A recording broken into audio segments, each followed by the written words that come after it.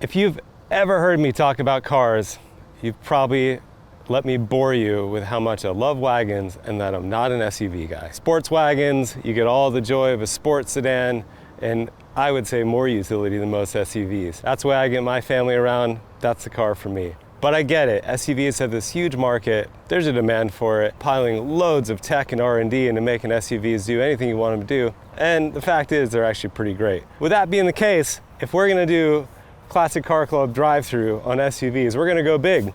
So today, we've got the BMW X7 M50i and the Baja boot from Glickenhaus. We're gonna start out with the BMW X7 M50i. Ironically, as wildly different as these two trucks are, they actually kind of could potentially be marketed the same customer, relatively at the high end of what you could spend on an SUV. They're both loaded with tech, maybe tech for different purposes, but lots of tech, lots of power, big and heavy, very capable. We could sit here and debate forever how the BMW's position as the ultimate driving machine has shifted. I'm not going to say it's waned, it's shifted as tech and digital controls have taken over that kind of analog sports car feel, but it's still there. That DNA is inherent in the SUVs. Going back to we had a 2008 BMW X5 diesel, actually a pair of them, and they drove kind of amped up, hot hatch rally cars. Way more of a car feel than a truck feel. If you're driving the roads we're driving around here, you're getting out of the city, you're heading up the parkway with some curves, you want to enjoy it instead of white knuckling and trying to push this thing through. It's nice to have a vehicle that actually handles, especially when it's something 5,000 pounds or more that you need to hustle through the corners. If I were to have to put an SUV in the driveway, it's BMW all the way for me. This X7 is really now BMW's kind of flagship, top spec, top performance model. I know they're going to come, they have other versions, they have the Alpina, they have these other things that are a bit more powerful, but out of the BMW kind of home brewed lineup, X7 M50i has everything you could imagine thrown at it. It's got a twin turbo 4.4 liter V8 that makes 523 horsepower and 553 foot-pounds of torque. In spite of being nearly 6,000 pounds, it will hustle 0 to 60 in 4.5 seconds, which we gotta pause there for a second and just remember that when we started this club, supercars like the Ford GT were kind of just breaking 4 seconds. So to have a 6,000 pound SUV that will do that, it's just ridiculous. Being a BMW, it has all the trickery that could be thrown at it for suspension and handling. It's got, active diffs, it's got torque vectoring traction control, wildly different suspension modes. I think from the highest mode to the lowest mode, it moves something like 2.5 inches. Yeah, we know it's not a E30 M3, it's not an analog machine anymore, but it's using all this tech to take this 6,000 pound SUV and hurtle it down the road like a sports car. We'll get inside, we'll see if it actually holds up to that, check out all the other gadgetry in there, and see what it's like on the road. Inside the first of our luxury trucks here, all the usual stuff you'd expect of a car at this level. Beautiful chiseled glass stop button and all these great looking controls and things that are nice to touch. And I have to say, we've had some really nice high-end stuff around the club recently. We had one of those Aston Martin DBXs, which is very, very nice inside. And this is, right up there with it. These seats are probably the most comfortable seats I've ever sat in. I've got air conditioning on, blowing a little cool air in my back. Bob and I were messing around before, and we found this thing has all kinds of different ways to improve your well-being and mood. So we can go for well-being mode, dim things down and give us a little soothing tone to get started. Beyond that, you can go, the car actually cares for you. There's the caring car mode where I can go in here and say, let's put on relax. It's gonna play some new agey massaging music. I've got the seat massagers on. It's good, like I need a little power nap on a road trip.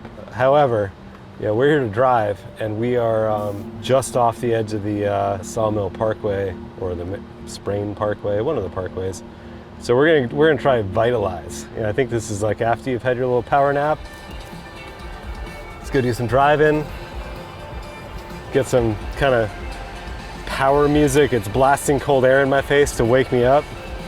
This is great. So there's almost nothing that this car won't do for you.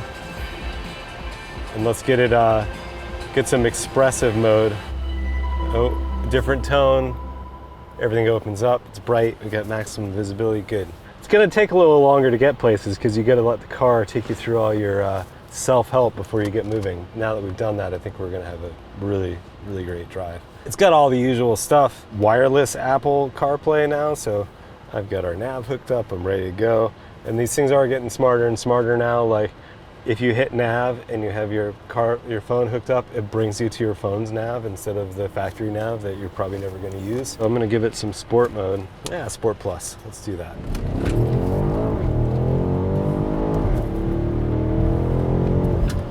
And we've rocketed out of the Westchester suburbs like we're really late for soccer practice, but we're gonna get there. Immediately caught up with traffic, so no fear when merging onto the parkway in your monster SUV with all 4 of your kids in the back. You know, you can really hustle around. But jokes aside, it feels like a BMW. This is really good. One of our very first cars we bought for the car club was a E46 BMW M3 with an SMG gearbox. That was one of the first powerful cars with true kind of street version of a sequential manual gearbox, and it was novel and fun to rock through the gears. But you can feel some of that DNA in this. On this sport mode, it is very taut. You know, I can feel that suspension's dropped down, responsiveness, and the steering is at its kind of max. The steering is heavy, so you know, I could see that hustling this thing around any kind of corner anywhere. There you go. Sorry about the bumps there, Bob. bouncing Bob around in his seat. Maybe since we are on a bumpier road, we should just adjust some of this stuff.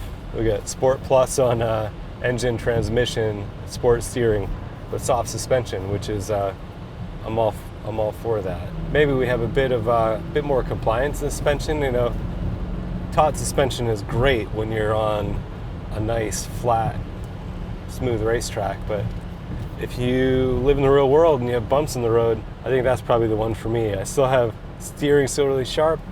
I feel like the car's still sitting a little lower, but it's just a little more compliant. So as we hit some of these undulations, you know, Bob's not about to hit his head in the dashboard or drop his camera, and the tires thankfully are staying in contact and full grip of the road. So I'm not gonna show the self-driving stuff on this, but it does have a really good driver aid suite, which while I'm a driver and I want to be in control, I've really come to appreciate that stuff, as it's got to be good enough to use and rely on when I'm doing longer road trips. Just having the car manage your kind of constant speed and help keep you in the lane, it just takes the edge off the fatigue of a long drive. All those bells and whistles.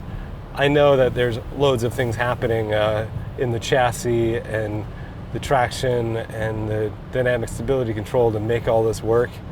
Thankfully, I'd say that stuff is just doing black magic in the background. And as a driver, you can get in and drive this thing and just really enjoy it without having to feel like that stuff is getting in the way. If you got more than one person to haul around and you want to get out for a nice road trip and still something that's fun and entertaining to drive when you get on some decent roads, you've got a great option here. So, you know, get a hold of us, book it, find a good place to go to, and get out and drive. Oh my God, we got a Glickenhaus Baja boot here, and I get to drive it. This is amazing. I'm so excited. Like, we've been talking, kicking around this thing for a bit. We had one at the club. I know there's only a few in the world in existence right now. I didn't think he'd be driving on it anytime soon. Our friend Nat gave us a text the other day and said, hey, I'm gonna have this thing driving by you guys. You wanna hop in and do one of your videos? We said, sure, we're there. So we're here. We're up in Bedford, New York, where we can find a few dirt roads close to the city. And we're gonna check this thing out. A bit of backstory. Admittedly, I'm not a giant Steve McQueen fanboy. I know him for the things everyone knows him for. I didn't really know much about the Baja boot. So when they first announced this and put renderings out of it, I was like, oh, it's cool, but it's kind of ugly. What's the story of that? And then I did my homework and saw the original Steve McQueen Baja boot and saw how closely this is paying homage to that. You know, a purpose-built Baja truck mid-engine, everything about the look and the chassis is suiting its purpose to go drive through the desert in Baja. Once I educated myself and overcame my ignorance, I was like, totally get it, and now I actually love the way it looks. This has GM drivetrain. It's an LT4, the same as in the C7 Corvette Z06. You know, I'm a big LS fan, and while this is just outside of the LS family, same basic architecture, a aluminum block pushrod V8, so a really nice compact package that you can put in anything. That's what's so cool about the LS and LT architecture from GM. While they make enormous horsepower, there's nice tight small package that you can put in anything from a Datsun 240Z to a Glickenhaus Baja boot. Makes 650 horsepower. It's backed up by a 4L80E or 480LE. I think it's 4L80E. I always get that wrong.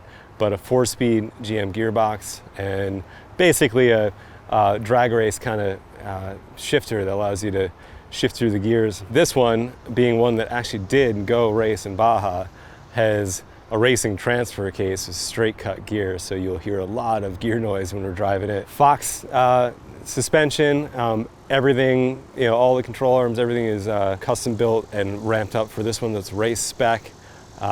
After returning from Baja, this got a full service, freshen up, and retuned for street kind of off-road driving spec, not the full race spec. So we've got lowered suspension, a bit stiffer than it was for Baja, so that the handling will be a bit better if you end up on some tarmac.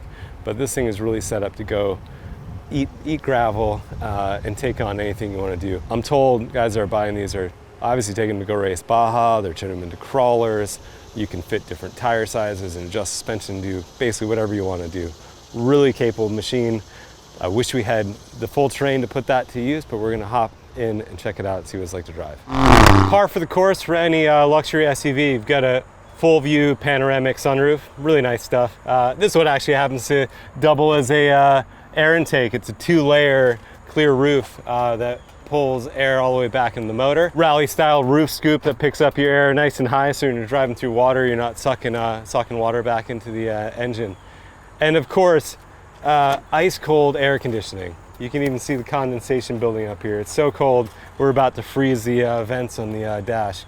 But you know, you want to be comfortable when you're ripping through Baja, or you know, ripping through the back roads of Westchester. Similarities between the BMW X7 and the Baja boot start before we even get inside. They got keyless entry in this thing. Can you imagine? So convenient access in our 650 horsepower Baja race truck. I think that kind of set the slate that we're in for a different kind of race truck experience. It's not just built to rip through the desert. I think it's something you can enjoy in lots of different conditions. Made for a certain kind of special buyer. So get in. You know, do have to take the steering wheel off to get in because we're in full race seats, and I'm gonna hopefully get it back in the right spot, because to give a cool steering angle to Bob for his photos, the wheels are turned. Hopefully that's back in the right spot.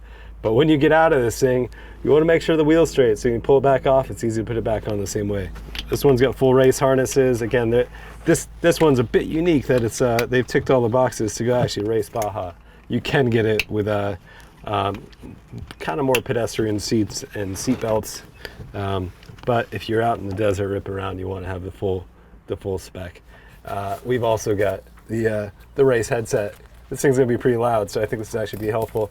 Starting display. Should note the kill switch is on, so we've got power. Display comes on. Then we hit the ignition key to get power to the ignition. Get the fuel pump primed. Then when that stops buzzing, give it some start button. And we're ready to go. All right, so again, you know, a lot like the X7, we've got a infotainment system. Kind of like the Porsche Taycan, you can get an optional passenger display. You know, just to help the passenger out, give you some information about what's happening on the drive. Although obviously we got some serious purpose-built kit here. This is for your co-driver to help you monitor your vitals, and a permanent backup camera so that if you do see some headlights cutting through the dust in Baja, you know that a faster truck is approaching and you gotta make way. Joking aside, that passenger display is your navigation derived from a boat navigation, but you can load up with charts into topography, and use that to guide you through your Baja race. So, you know, similar equipment to a luxury SUV, but slightly different purpose. It's got a B&M slap shifter like a drag racer, hooked up to that 480LE gearbox. So we pull it down once for neutral, down again for reverse, down again for neutral, and then down one last time for drive. There's a park brake switch on the left, but we didn't have it on, so nothing to release there. And we're off. Out of the gate, I can already tell, in spite of this long travel suspension and I think he said 39-inch tires, it's still really responsive on center. He did tell me it's a 2-foot driving experience, really going to be ready to stand on the brake pedal, so we're doing that. Say hello to the neighbors. How we doing?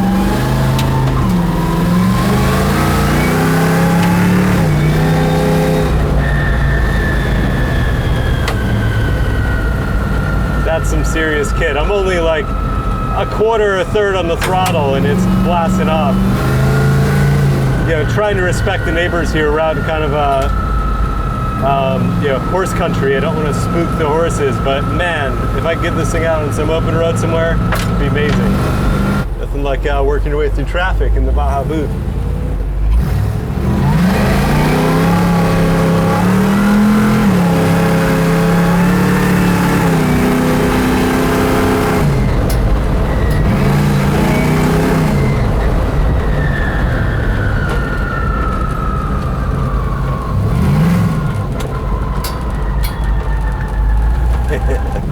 And we're back with traffic. I tried to give some room there, but this thing ate up all the road between me and the car ahead in about 3 seconds. But man, what a blast. And I love that. Even though this one's dialed down a bit, you know, and a bit stiffer than they'd have it set up for the Baja, you still get that long travel suspension feel where amazingly it's going right where you point it, but it's still floating around and just kind of eating up everything that comes in front of it. But again, unlike some of the other Baja trucks I've driven, which to be fair, I've driven kind of the lower end, the arrive and drive sort of trucks you get at a school, which are awesome and very capable, but not as sophisticated and high spec of a build of this. And those things are, they're hard to keep going in a straight line if you get on some pavement especially. And this thing is responsive. It's got a sharp on center steering feel, but you can just take on anything in front of you.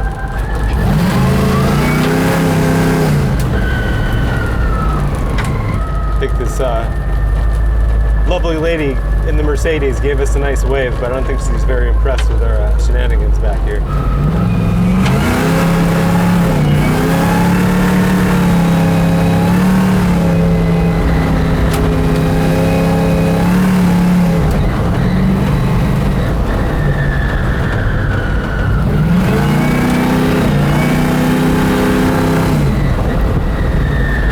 We do have transfer case. We can go from 2 to 4-wheel drive.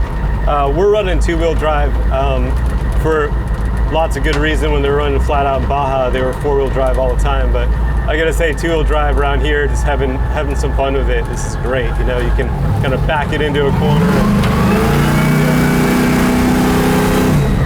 and give it a little opposite lock or some correction. It slides around. It's just really fun. If I had no concern for neighbors and a bit more open road ahead, this would be a blast.